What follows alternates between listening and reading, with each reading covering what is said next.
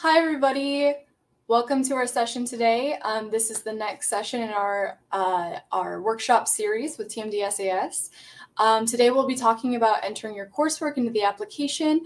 Now that everyone has access to the application has opened today. Yay! So we're here to answer coursework-specific questions as best we can, more so talking about the resources that are available for you to use. And I'll be joined in a little bit by a special guest. You've seen him here before. Enrique Hasso will be with us. But let's just start off with a quick informational video to give you some basics. Do these 4 things and you'll thank yourself later. Use your official transcript to enter your courses into the application exactly as they appear. Have one from every institution you attended, and don't forget, if you took AP credits or dual credit courses in high school, then you should use the transcript from the community college that granted you credit for those. Read the coursework section of the application guide. The application guide has detailed instructions about how to enter coursework in the application.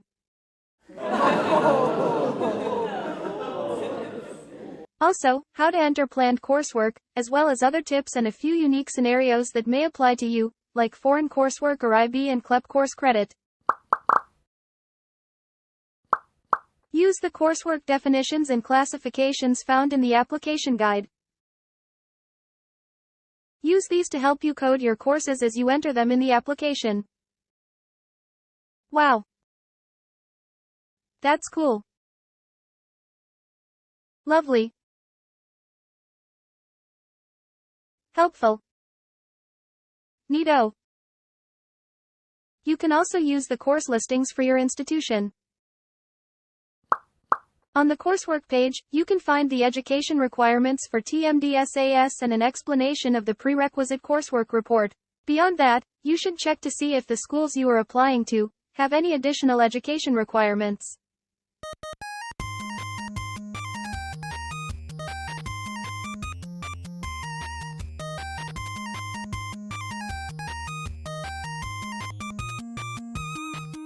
You can find links to the TMDSAS schools by going to the Member Institutions page of the TMDSAS website. Super!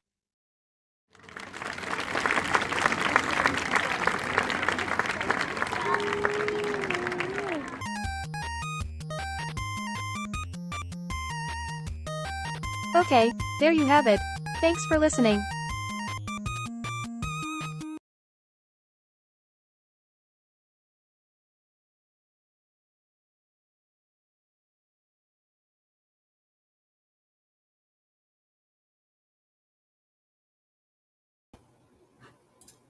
All right. Again, welcome everyone to our chat. We'll have a chance for some questions. You can drop your questions in the comment section, whether you're watching on YouTube or Facebook. And to help answer some of those questions today, we have the director of TMDSAS, Enrique Hasso. Hi, Enrique. You're muted. Hi, thanks for having me. Thanks for being here. Of course. Really excited to talk about the new application. Happy first day of the entry year 2025 application to everyone. I know everybody watching celebrates, so really excited to answer questions about coursework. And just as a reminder, this is a live Q&A. I am here, and this is live. So if you have any questions, drop them for us in the chat, and we're happy to answer them. Yeah, now the coursework section of the application, as we both know, can take a bit of time as folks are entering their information in the application. Everyone's taken so many courses, and so entering all the information for that can seem daunting, but luckily, between today when the application opens and the 15th when you submit the application, you have those 2 weeks, you have time, slow down, make sure you get your information correct. Any other words of advice or sage wisdom you would give, Enrique? If I could consult my crystal ball, I would say that when it comes to coursework, we have a lot of resources available on the TMDSAS website.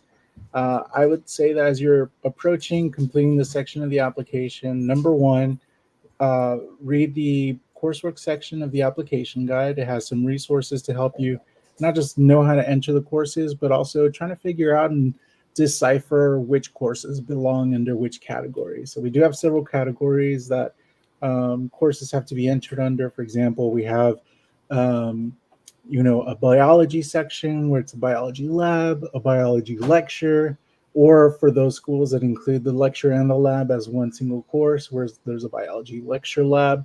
Same for physics, organic chemistry, chemistry, and I can go further down the line. There are several categories, but what I really want to urge you all is use the resources available to you and do the best that you can. When we process your applications, we make sure that everything is correct, and that includes making sure that the courses are coded the way they should be. So I think I speak for the applicant liaison team who processes applications and gets them out to the schools when I say, do the best that you can, and we'll make sure that everything's 100% correct before we send it off to the schools. But the worst thing you can do is pause and overthink these things, especially because that can contribute to you submitting your application a little bit later. And we're still, it's day one of the application. You won't be able to submit until May 15th, but you definitely want to aim to have your applications out to the schools by the end of the summer. Excellent points there. Great guidance. And we will be dropping a link in the chat for the coursework page of the application guide.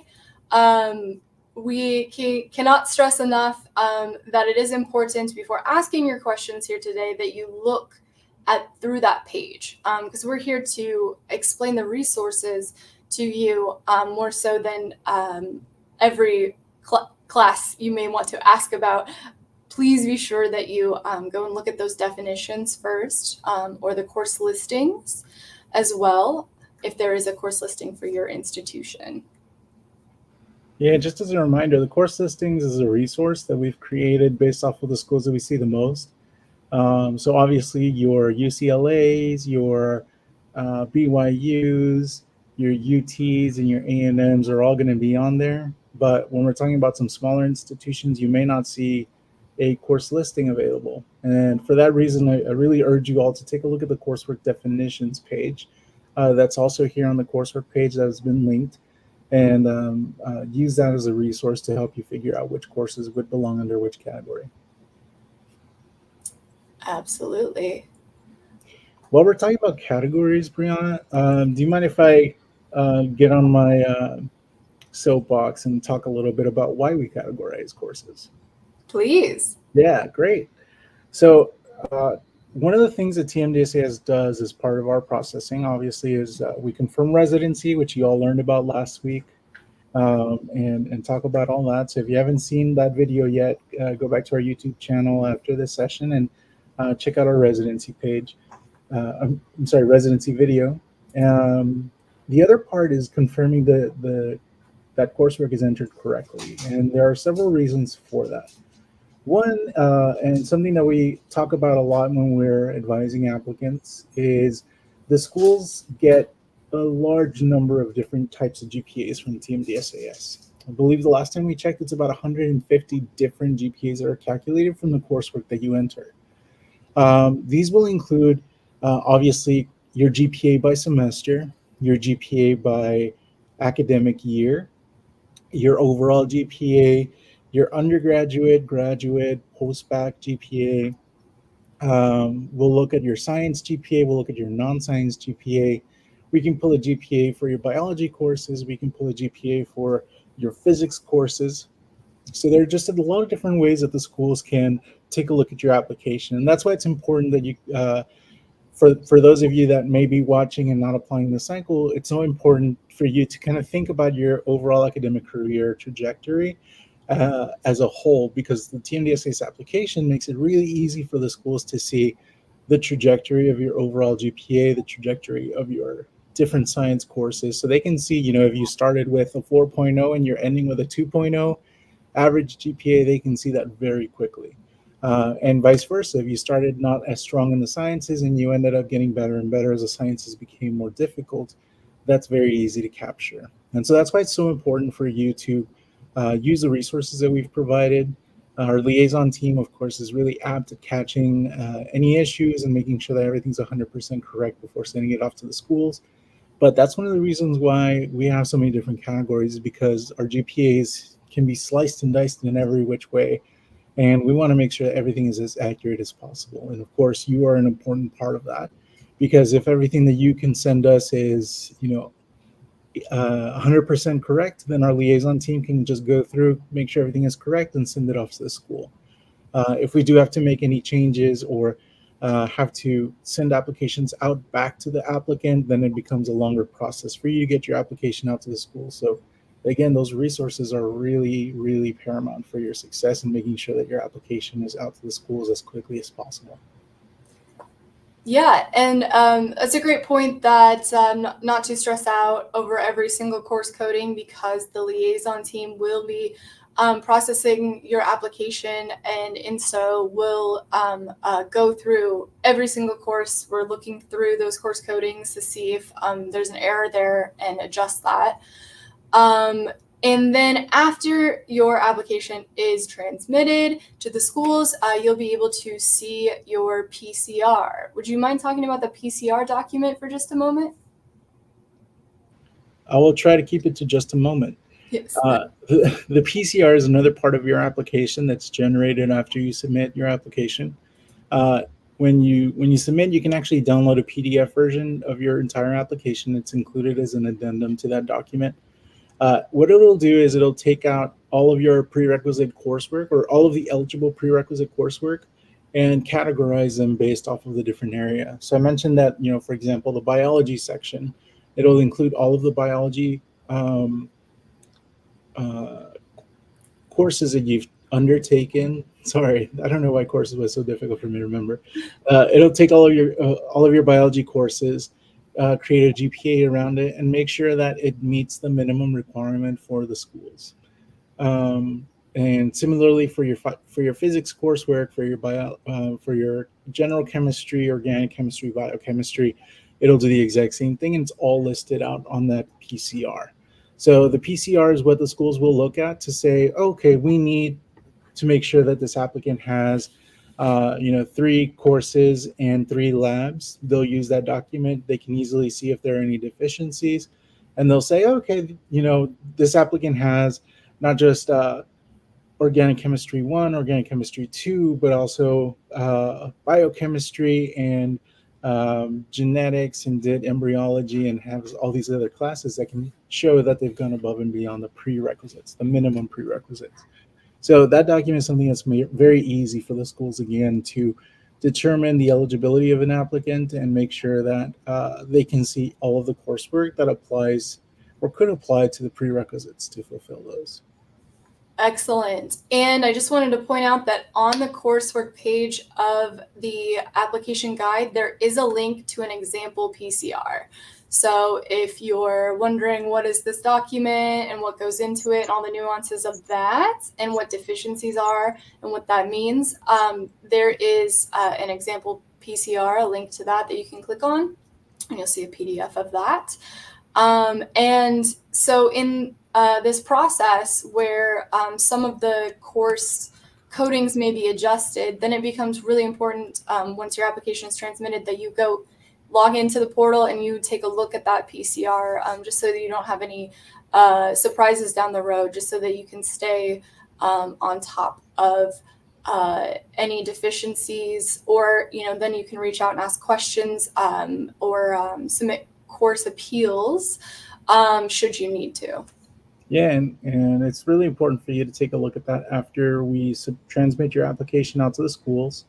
And again, verify that everything looks accurate. If it doesn't, or if a course didn't meet a prerequisite, you can submit a coursework appeal, which means that we'll take a look at the syllabus for that course and determine whether or not it fulfills the minimum prerequisite.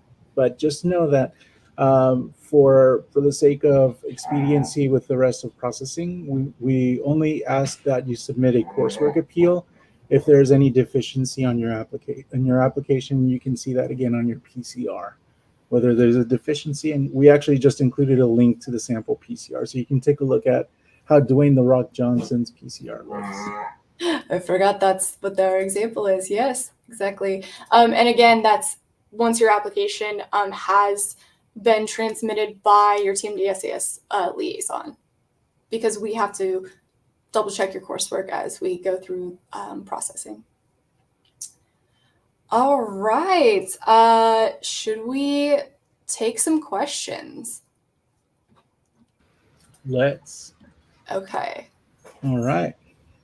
Alex, the core is asking, what is anatomy and physiology classified as? Other science, biology, etc. I'll defer to you. Yeah. So something else that's super important to remember with your coursework, especially for your science courses, in biology, chemistry, physics, organic chemistry, that if you are taking one of those science courses that is for non-science majors, you will be coding it as other science, and it will count towards your BCPM GPA. And all of that, all those nuances are on the coursework page. So we encourage you guys to read through all of that, and trust me, you will have a sense of preparedness. That's a word.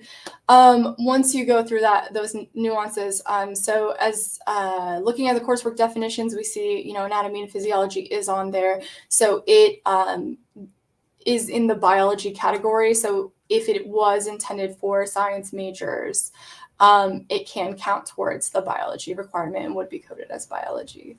Yeah, and we bring that up because A&P courses can sometimes reside in a nutrition department, or I think more like kinesiology. And if that were the case, kinesiology course would typically be a other science. But if anatomy and physiology was taught in the biology area, then of course that would be coded as biology. So take a look again at that resource page that we have for you, and look at the coursework definitions, and that'll really help you figure out exactly how that course should be coded, Alexa. Exactly. Right. Next question. I'm taking a biology course as a teaching assistant. What will that course consider as a science? So yes, it is towards your science GPA. However, teaching assistantships would not be coded directly as biology, chemistry. They would be coded as other science.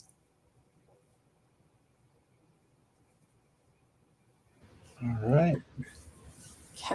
Chemistry research done with a variable hour chemistry research course and letter grade assigned. So if you have research hours directly in those science departments, biology, chemistry, etc., then you can code them as lecture, lab. Most of the time they're labs, I suppose, for research. But yeah, you're just basically like, the course that you took, the department that it's in, and it's up to you to, code that accordingly. If it was a non-science major course or not. And now here we're talking about research, so we know that is usually upper level chemistry.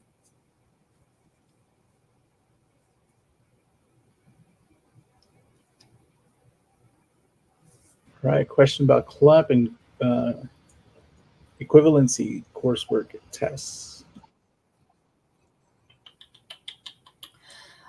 So all coursework has to be appear on an official transcript. So if it's not on there, if it's an issue where you maybe need to talk to your registrar's department just to see what's going on, you can. But if it's not showing up on an official college transcript, then you would leave it off.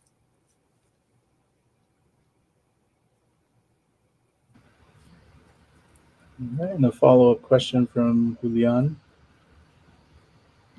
Yep, your PCR only becomes available once your application is transmitted.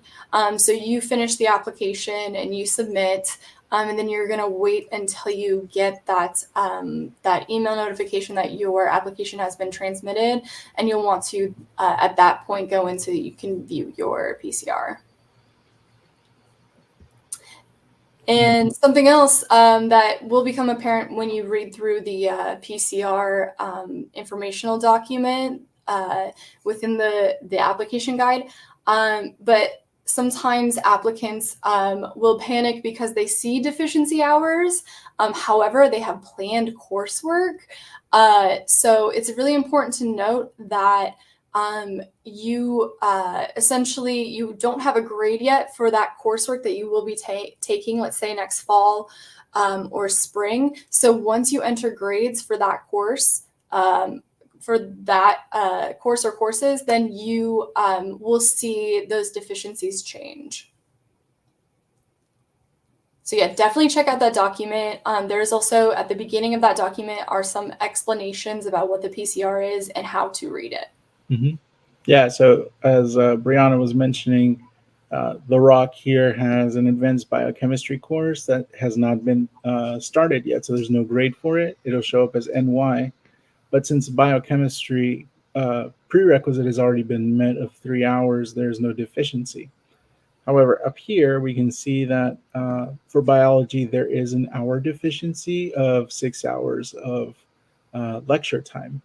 And so he can actually take a look at this and say, okay, I need to take X amount of hours more in order to fulfill the deficiency. And here's an example of a deficiency that will be fulfilled once a certain course has been completed. So here, that class is not yet completed because he's taking it a senior year. It will fulfill the prerequisite, but since it's not completed yet, that still shows up as the deficiency here. Absolutely.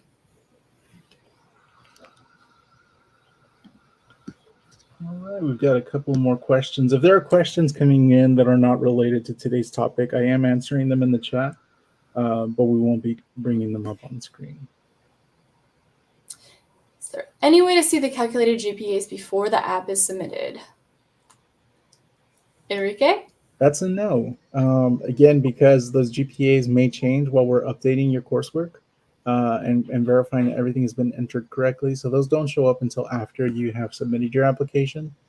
However, once your application has been transmitted, if there are any changes that need to happen to your GPA, we can make those changes. And as with any changes with a TMDSAS application, those can be updated to the schools overnight. And so there's a process that happens overnight. So this will happen, with we talked about this during the letters session. We talked about this during the test score session. And we talked about it during the residency workshop as well, is that updates happen between TMDSAS and the schools overnight every day. So if there's a change to your PCR, if one of the courses changes, for example, if there's an appeal that was approved and that categorization ends up being different, we'll make the update, and overnight the schools see that update. So don't let that be a kind of a thing that scares you, the school seeing a certain thing and then it can't be changed. It definitely can, depending on the situation.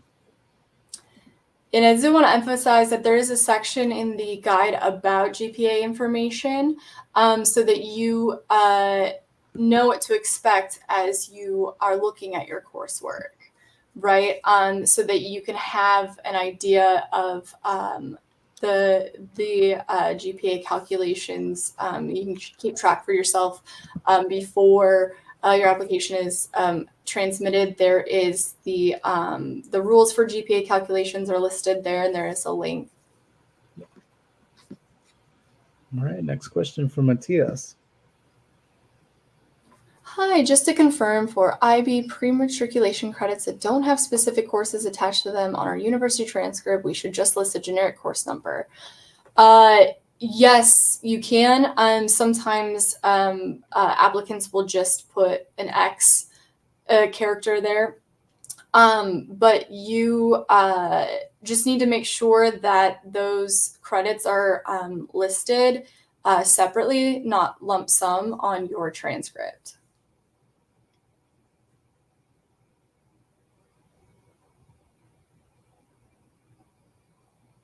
It looks like we are caught up on questions that are in the chat. Awesome. All right. And again, those resources become so important to look at. I did also want to point out the general education requirements for the TMDSAS schools.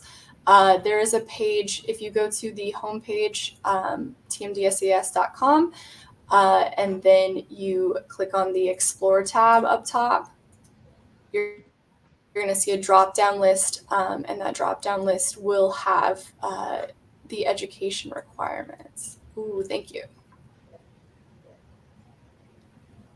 So that you will know generally the hours that are requested or are prerequisite hours.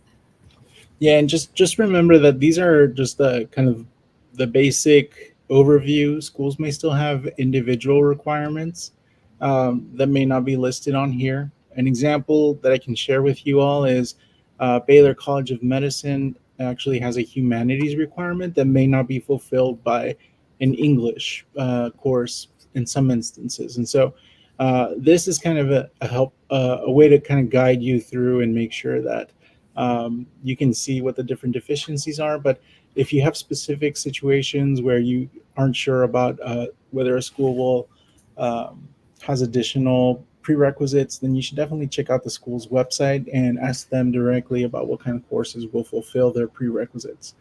But the idea here is that these education requirements will generally fulfill the requirements for most of our TMDSAS member institutions. Great point. Okay.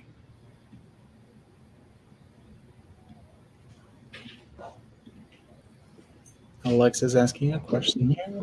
Oh, thank you. Okay, I'm a career changer from vet tech to medicine. So many of my courses are in veterinary physiology, disease management, parasitology. Would these be animal egg science or biology? So that depends on through which department you took those courses. If we're talking about an animal science department, then for the most part, those will still fall under animal agricultural science. However, it depends on the school. I would check to see if there's a course listing, just because the physiology course or parasitology, it really just depends on what department those are coming from. And if there is not a course listing for your institution, you can reach out and message us, and we can help. I say this with caution because we do not have the capacity for everyone to email us about all of their courses. But if there is a very special exception to something and you've read through all of the resource materials and cannot find an answer, then you can reach out to us, as well as waiting to have your application go through transmission, and then submitting a course appeal. But generally, if it is a veterinary course in an animal science department, then you would code it as animal or agricultural science.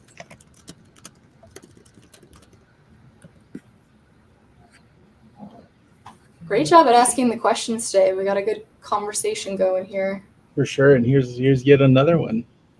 All right. If you take a variable hour class 2 times, but for a different amount of hours each time, does it still count as a repeated class? So as you are entering your information for your courses, you'll see that there is a selection for last time taken. If you've taken that course again, you got credit the first time, and you're not, I'm trying to think of a solid example of this, but research, for example, chemistry research, you may have those courses multiple semesters, and that is, yes, the last time taken, because if you select no to last time taken, that is more so for, or it is for repeated courses where you did not earn, or you had a fail grade, and you had to take it again for that credit. So a class that you have failed or retaken because you wanted a better grade, then that's where the repeated course information comes in. which is different than if you took the same named course again and received passing credit for it both times. All right. Well said, but I'm going to be on mute for a bit because my puppy is barking. That's totally understandable. I would also urge applicants, as you're going through the pages of the application guide, if you're scrolling all the way down to the bottom of the page, you will see some FAQs, some frequently asked questions there, and there's a good chance one of those will be the question that you do have. I know it's a lot of information, but it does become important to read through the entirety of those resources. There are some links there to other important information, as well as I think we have some of the newsroom resources, videos, office hours. Definitely check out the office hours on YouTube, the playlist for office hours, and you will find some previous office hours where we talked about coursework, but definitely the information on the application guide page, is what you want to rely on first and foremost.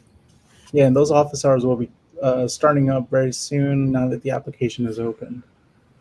Brianna, would you mind if we take a step to kind of walk everybody here through and how you can actually get to entering coursework in the application? I've got my dummy application open, so we can kind of go through that together.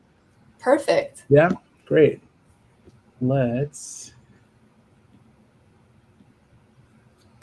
And of course, we have the complete application walkthrough video. But here I wanted to show you all, we've got our entry year 2025 application. In order to enter coursework, you'll notice that in the coursework section, you actually have to complete some other sections first. So in order to enter coursework, first you have to complete your colleges attended section. And here you'll actually indicate where the school was located. So I'm going to enter here. Once you type in the school, let's see. There it is. I misspelled Brigham. So here's the school, and I'll go ahead and select the terms that I attended. So I started from fall 2018 through summer 2020, actually 24. I plan to receive a degree from here. It's going to be a Bachelor of Science in Arts. BYU applicants, I'm so sorry if I'm totally butchering this, but play along with me here in our theater of the mind. Yes, suspend your disbelief. Yeah, right. I'm going to graduate in August of 2024. I'm not enrolled in an honors program, so now I'm going to continue to the major section, indicate what my major was. Just a random selection here. Statistical science is my new major. As my primary major, I can go ahead and add that. I can also indicate that I have a secondary major. So I'm dual degree in theater and dance. Nice. And I can also indicate my minor here, which will be wildlife and fisheries. And of course, all of these courses are help support the other in terms of meeting the requirements to graduate. So I go ahead and add my college attended. There it is. I have no other colleges to add, so I check the box and continue to the next section. We have some questions. If you're an academic fresh start applicant, you can indicate that here. I am not. My primary undergrad is BYU for my statistical science. And since my advisor at BYU is going to write me a letter of evaluation, I do want to release to them so that they can actually see my application and upload the letter that way. Go on to the next section. And now I have to enter the terms that I attended BYU.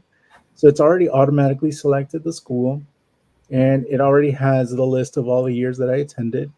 So I can indicate here I started the the fall term, and it was a semester. I can add the term, and there it is. And I can come back, but of course you would want to fill in all of the terms that you've attended at that school. And now it'll allow me to enter coursework here. So you go to the add course section. And again, this is how we have outlined the application guide, just kind of like walking you through all of those steps. I'm going to enter one of the AP courses that I completed. So I will indicate here that it was an AP course. The prefix being the departments. I'm going to say the dance department. I took AP dance. I don't know if you knew that about me, Brianna. No, but now I do. Yeah. So here we go. The course area, of course, that would be a non-science course. And I received credit for it at the school for 3 hours. And I never took dance again. So there's that course entered there. I'm going to go ahead and add another course for this term. And this will be for my freshman year. I took Biology 101, Intro to Bio. This course area, of course, is going to be biology, but this was a biology lecture and lab course. You can separate them out if your school has the courses separate, but in my imaginary BYU, we do not. I received an A+ because I'm an A+ student. That was for 4 hours, and it was the last time I took that course. So there's the course there.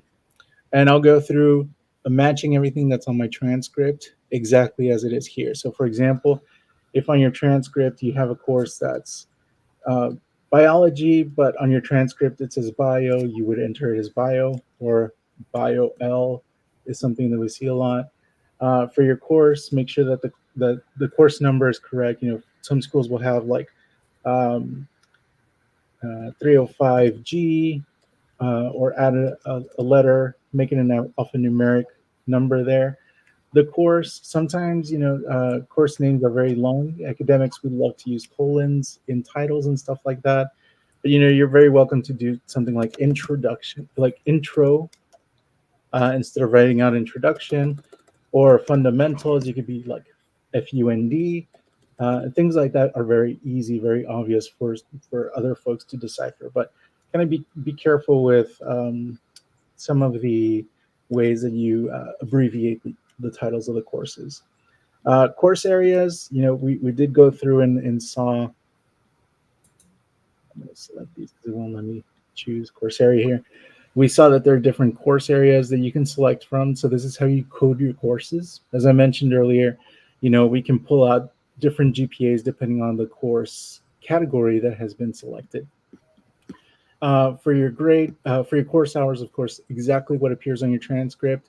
If you have a school that does quarter hours, of course, you would have selected that it's per quarter hours back in the terms attended, but you would enter the hours, and sometimes there's a conversion that you can use to have that reported. And if you don't have access to that, again, talk to your registrar and look at your official transcript for that. And you can check the course listings if there is one for your institution. Yes, absolutely. And we have links to that up here. If you have any questions about it, you can go to the college coursework section, and it'll lead you right back to this treasure trove of guidance to help you out along the way.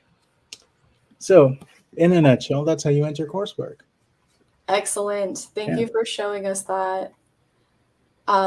So looking at the questions here, right, I see coming in, just want to reiterate this information. Some of these questions I'm seeing is answered on the coursework page of the application guide, right? Mm-hmm. So yeah. So here's a great example. Yeah. Attending the same college twice for 2 different degrees. Yeah, so you're going to find that information on Actually, okay, fair enough. The answer to this question is on the education history page, because this is before you're putting in your coursework. There is some instruction there about how to enter your colleges attended.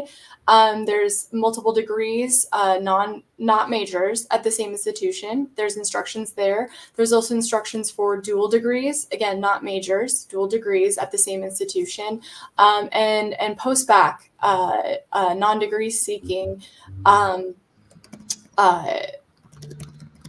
Say degree, non-degree seeking degree, for when you're inputting an institution that may be the same as where you got your undergrad degree, but now you're taking post-bac courses. There are instructions there as well. So just want to highlight where that information is located for you. We just shared that in the chat because great work, Julian. That's a technicality. We'll go ahead and address that one here. It is in the guide. You have to read all of this section. It is in the guide, and it is close enough to coursework so we can address it here. And Yvonne had some great advice here. Just add new terms to the school attended. So thank you for your help with that. Liz, AP Physics is on my transcript, but credit was not awarded since I took another physics course in my college. Do I still put no for last time taken for the AP? So if there is no credit awarded on your official transcript, then you will just leave it off completely. Now, if you took an AP course in physics and you got, for those AP courses, you were getting a passing grade or a credit grade. So for your science courses, it's, in your best interest to have a letter grade for that course. So most people will have taken those courses later on down the road. So if you are awarded credit, AP credit on your official transcript, for a course like AP Physics, you can indicate no to last time taken because you did take it again for a grade. That is a really good question. It's one of those nuance questions that we do see quite often. Mm-hmm. We do. And then it looks like might be our last question here from Alexa. Awesome. For course type, where would a clinical externship go? So yeah, and talking about course type, we're talking about, was it a regular course, distance learning, right? Dual credit, that's where all those options are. So it depends on if your externship, I'm assuming it's in person, so you do a regular course. But say you had some sort of online, if more than half of it was online, then you could indicate online. That would make more sense, right? Again, more than us about your specific courses, right? So you're just trying to let us know, okay, I took this in person, so regular course, if that's how the clinical externships are conducted at your university. All right, looks like we did it. We sure did. So yeah, just reiterating, make sure you check out all of the information first. And if there is something absolutely perplexing and there is no answer located anywhere, you can email us at info@tmdsas.com. Fair warning, now that the cycle has begun and we are soon to get into peak cycle times, it may take a while to answer some of those incoming emails. So your coursework is an area where it is important to be thorough. At the same time, don't panic if you enter something that you are pretty certain, or okay, I think it's this course coding. Again, we will go in and help adjust things that need to be adjusted. So no need to panic and run to the phone to call. That's not necessary because there's a lot of different courses with different nuances. So just do the best that you can with that coursework, and you will see if there are any changes to how that coursework is coded on the application. You will see that once your application is transmitted. Do you mind if I amend your statement? Yes, please. Everything was perfect, but I do want to emphasize that if you have any questions, send us an internal message via the application. That is the primary method of communicating with TMDSAS. If you Yes. are not a current applicant, you can send us an email, but again, those are right now our primary focus is on helping our current applicants. And of course, we've gone over several resources available to you all. We do want to make sure that you're very successful in your application and that there's minimum delay in processing your application. So please take advantage of these, not just for the processing of your own application, but for the entire pool so that we can keep kind of our processes here running as smoothly as possible. So use and take advantage of all the resources provided to you. Join us later this week for a session with Dr. Pierre Banks. He will be talking about holistic review, and that's going to be a wonderful session if you have any questions around the topic of holistic review. And of course, you have the opportunity to ask a dean of admissions at one of our medical schools any questions that you have. So take advantage of that because that's not something that too many folks have access to. So Brianna, thank you so much again for having me. And on behalf of the Texas Health Education Service and TMDSAS, we wish you all the best of luck to everyone out there, and welcome to Entry Year 2025. And just don't forget, use every resource available to you, and we're happy to help. Thank you, Enrique. Thank you, everybody, for joining today. Thank you. Have a good one.